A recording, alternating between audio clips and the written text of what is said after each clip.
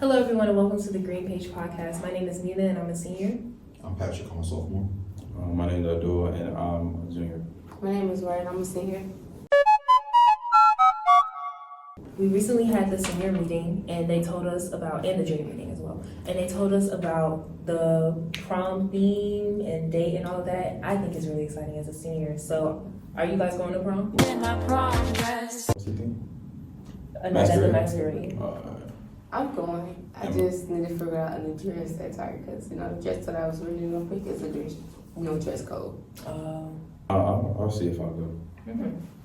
Well, Patrick's a sophomore, but when you get to next year, I think I'm gonna go to senior prom now. Yeah, senior. I'm going to senior. a lot of people do that. Ryan, you said your dress doesn't fit the dress code that they have. Yeah. How do you feel like? I feel kind of upset. It's already a rule here at regular school. I feel like we should at least be able to dress what we want and be able to wear what we want. But hey, and I feel like, why is it only applied to women, not men? No, men. I mean, boys they have suit. They have some dress code for the boy, but Like, some of y'all suits be looking like it's in the water, but hey. Yeah, that's true. What's wrong with your dress though? Like, It had like a slit in it. oh, we Top. can. too long. I haven't Yeah. seen it. they said like for girls, your dress the slit can't be too high, No and bag. This is my dress you that I can't show had. too much of your back and like your shoulders. Mm-hmm. I think. So this is my dress that I had. I was gonna get a dress similar to that, but it was gonna you see how the stick is? It's gonna be higher than that, but he said no. Are they gonna be Yeah, they running cool. around and prom in their gym dress coding people? That's what I'm saying. Like, what are they gonna do? Turn you around? I think I'm saying, like, yeah. you already paid. Yeah, he said. He said that. Are they gonna give you a refund? No. Next year, the dress code is probably gonna be even stricter though, because we're going magnet. I'm graduating too far, but Yeah. I feel so sad for y'all because I kind of couldn't understand that y'all would be, some people would be upset, like, they don't want to be dressing the same as other kids, But I also feel like if Clayton, it's not just going to be, our school. I feel like if Clayton County wanted it to be magnet, they should have let the parents and everybody know off front, like, hey, this upcoming school year, uniform would be, They sent out the email. mandatory. Yeah, they already. It's going to be mandatory. Seniors, it's not mandatory for seniors next year. Seniors should get to wear whatever they want next year. Let's go. For the middle schoolers, I don't think they would stress too much because they're coming right from uniform.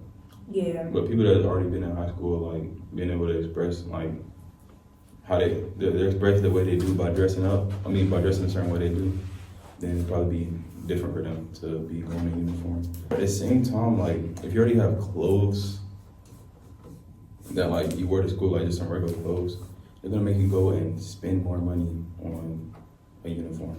But at the same time, the same thing happened to people who were used to wearing uniform and had to get new wardrobes. Because if you come to school in uniform right now, because that's the only clothes you have, you're gonna get clowned. And uniform can be cheaper than the others. Because if you wear cheap clothes too, somebody's probably gonna clown you too. So Yeah, I feel like most kids don't have it like that, and some people be generous because, I come from a family, before my mom even got a well-paying job, we didn't have nothing, you know what I'm saying? We was wearing like the same clothes, all that, so it's just like, it's different because it's like, you gotta be humble in most situations. You can't just clown somebody because God can quickly turn the tables around, and I just did it for sure myself. Well, it won't be any different for you because then I wear uniform 4 days out of the week, so it'll be the same thing for me. And then I get to still wear my RTC uniform. So.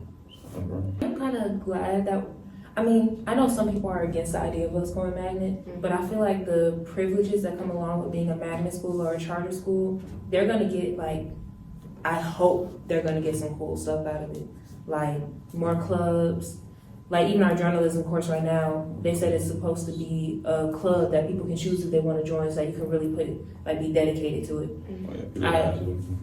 I hope that things get more organized here and that people have more performing arts stuff, maybe like Stillwell, because they're magnet in a performing arts school, they get to do stuff like that. So hopefully the magnet program brings more things. Yeah.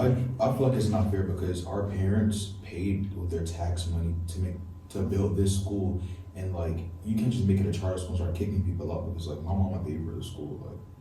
It's not fair.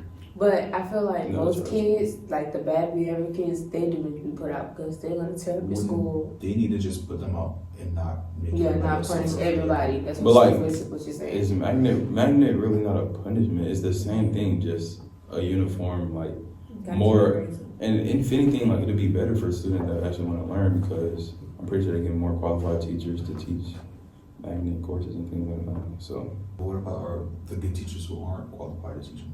We barely have any teachers now. Aren't they training them right now? oh yeah, I think they are. Yeah, they're training them to be Very magnet good teachers right now. Now on to Sports.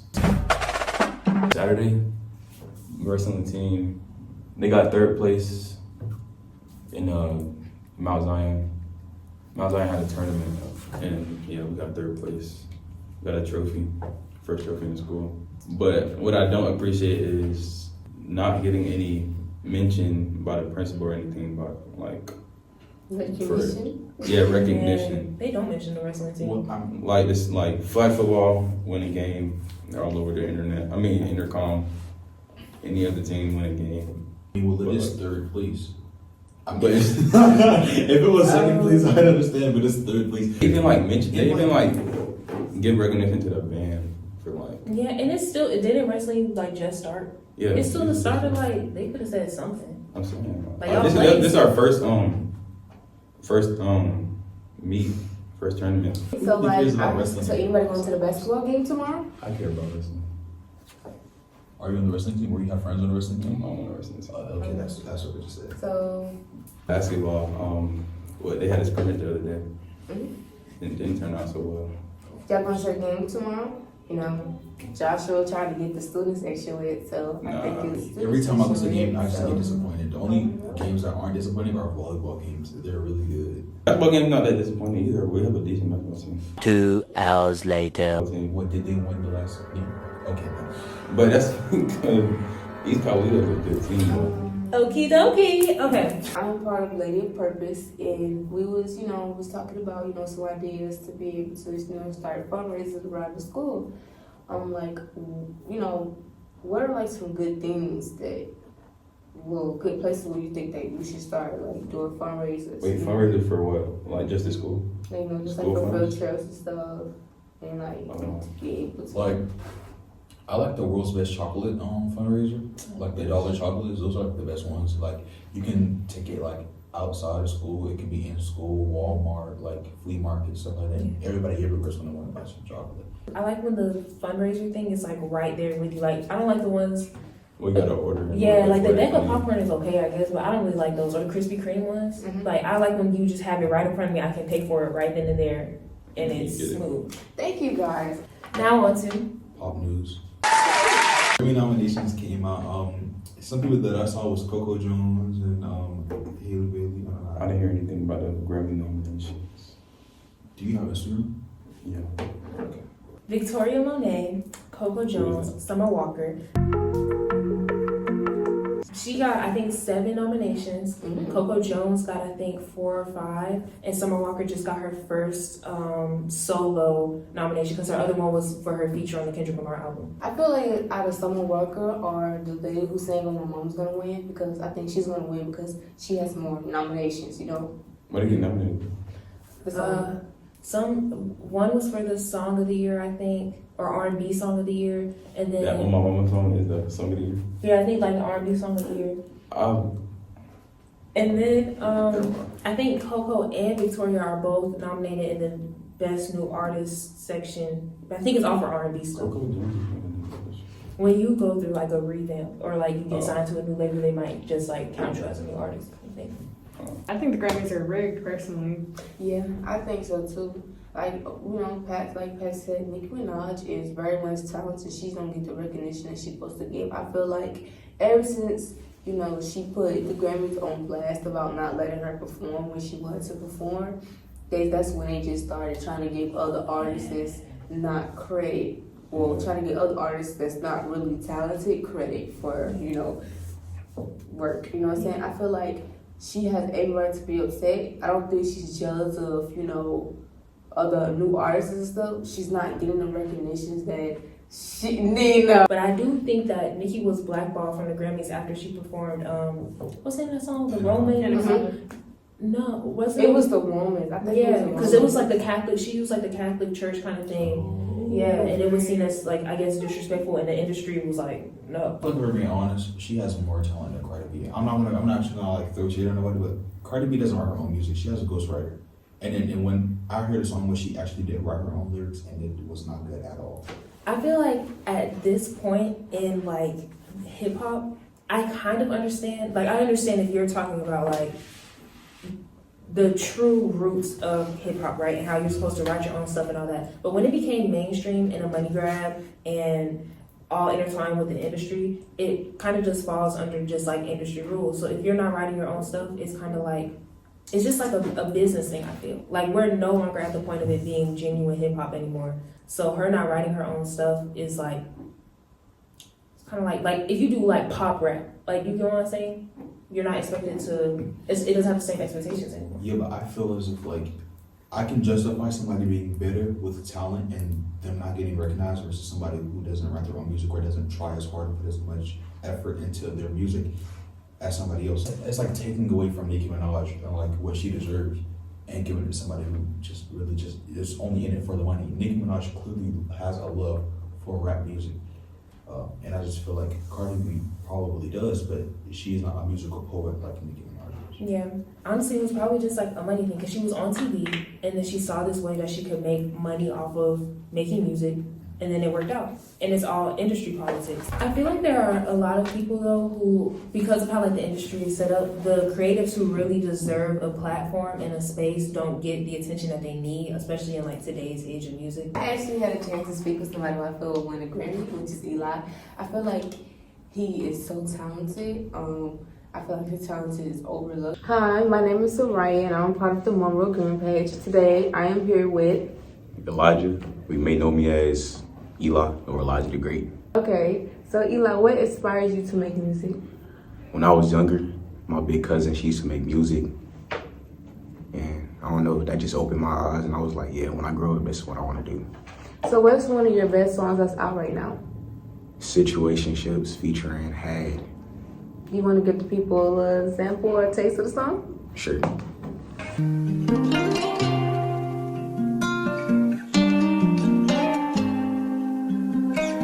No more situationships, I'm tired of them. I already know how this would end. First styling up, thinking my mic's again. And then it's downhill from there. Wish I was emotionless. Online I'm tougher when I'm off the phone again. Pain in my gut, yeah, one that you could only fit. I even wonder if you still care. Okay, so what do you do in your free time? On my free time, I make beats. That's what I do. How do you balance school and music? The way I balance school and music, I really just, come to school, do what I gotta do, and then I get home and start recording. And like while I'm at school, like on my free time, I just write lyrics. So what's your new project, your next project that's coming out? My next project that's coming out is an album. It's called My World. You got a date? Oh, okay. Well, thank you. It was nice talking to you. Nice talking to you. Now for our Heavy hitter. There's recently been a teacher strike in Portland, and there's the teacher shortage just across the country. I feel like this is what I feel like. I feel like most teachers are really just quitting because, they don't get paid enough like that. And plus, these students behave really quick too. I mean, I feel like kids, it really depends on who you are as a person, what type of teacher, because I've seen some teachers who are just that cool, like kids just don't respect them at all. Don't respect them or don't Like they don't disrespect them. I feel like teachers are underpaid either way though, because the other sections of the school are also understaffed, like the custodian and stuff. So then the teachers end up, they handle, like, they tackle so many jobs, especially like elementary school and stuff. When people deal with younger kids, it's kind of like parents kind of see it as like, I think some parents view it as they're sending their kids off to like a babysitter who's gonna tackle everything they need to do for the kids.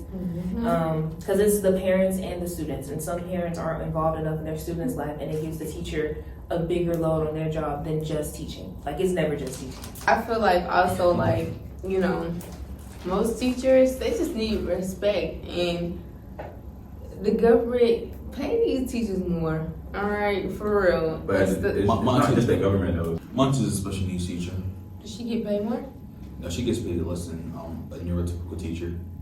I definitely think how hard she works, she definitely deserves the pay of a teacher that teaches neurotypical children. I think Even all more. teachers do this. Even more. I think. Even more, yeah. Because it's like with neurotypical children, like you can talk to them and you can really communicate with them. With kids with like learning disabilities or like autism, people just need that so It's much. hard to keep them calm and Yeah. It's even more. I saw this TikTok where this lady was talking about how when she used to teach, they used to tell them that schools would be nothing without like the students. Like the students are what's keeping y'all in business and stuff. But she was saying how the strike has really shown that it's the teachers, because they had to shut down school in some of the Portland districts because the teachers are gone. Like the Yeah, teachers are what also- keep this whole thing running. They're not gonna learn, like the people who's in charge of the school districts, they're just gonna get technology to teach the students instead of actually paying the teachers more. I think they feel it's gonna be more cost efficient than paying a person who, you know, has like emotions and stuff like that. It's just Yeah, and they're really like teaching the future. Like the students that are teaching are gonna end up like being in charge of the world later. I like to highlight Miss Cap, Miss Charnel. She's my aviation teacher, flight teacher, and yeah, she teaches me how to fly planes. somebody who have an impact on my life is, well, she's actually y'all drill sergeant. You know, Sergeant Brewster. Yeah, she signed me up for Lady of Purpose, and it really helped me deal with a lot of my anger, my depression, and I'm starting to get out my shell more and write my feelings down. Often start crying. I had a mental breakdown one day, and she gave me the Lady of Purpose paper, and she was like, you know, just sign up for it. And she was like, whenever you get angry, just write down your thoughts and write down how you feel. And ever since then, I just been feeling She never told me that. I'm jealous. A teacher that had a big impact on my life. I had a couple, but one that I really remember is my first grade teacher, Ms. Watts.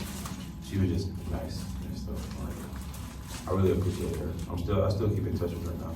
A teacher that had a very big impact on my life was my gifted teacher from elementary school. I still talk to her now. She wrote a recommendation letter for me, Miss Williams. She was very Well, was it Anderson Elementary. Right is like a good. She's a good teacher, like, the way she runs the class. Yeah. The fact that she listens to this. Yeah. Yeah. Like, love letting Miss Wright. like her this class be like still around. I feel like she's a really good outlet. Yeah. She's very She was relaxing. like, She got a whole lot of She's really connections. good at calming down Situations. just situations, and the energy in the classroom is always good when I go in there. Yeah. It's always Very fun. positive. That's the only class I look forward to.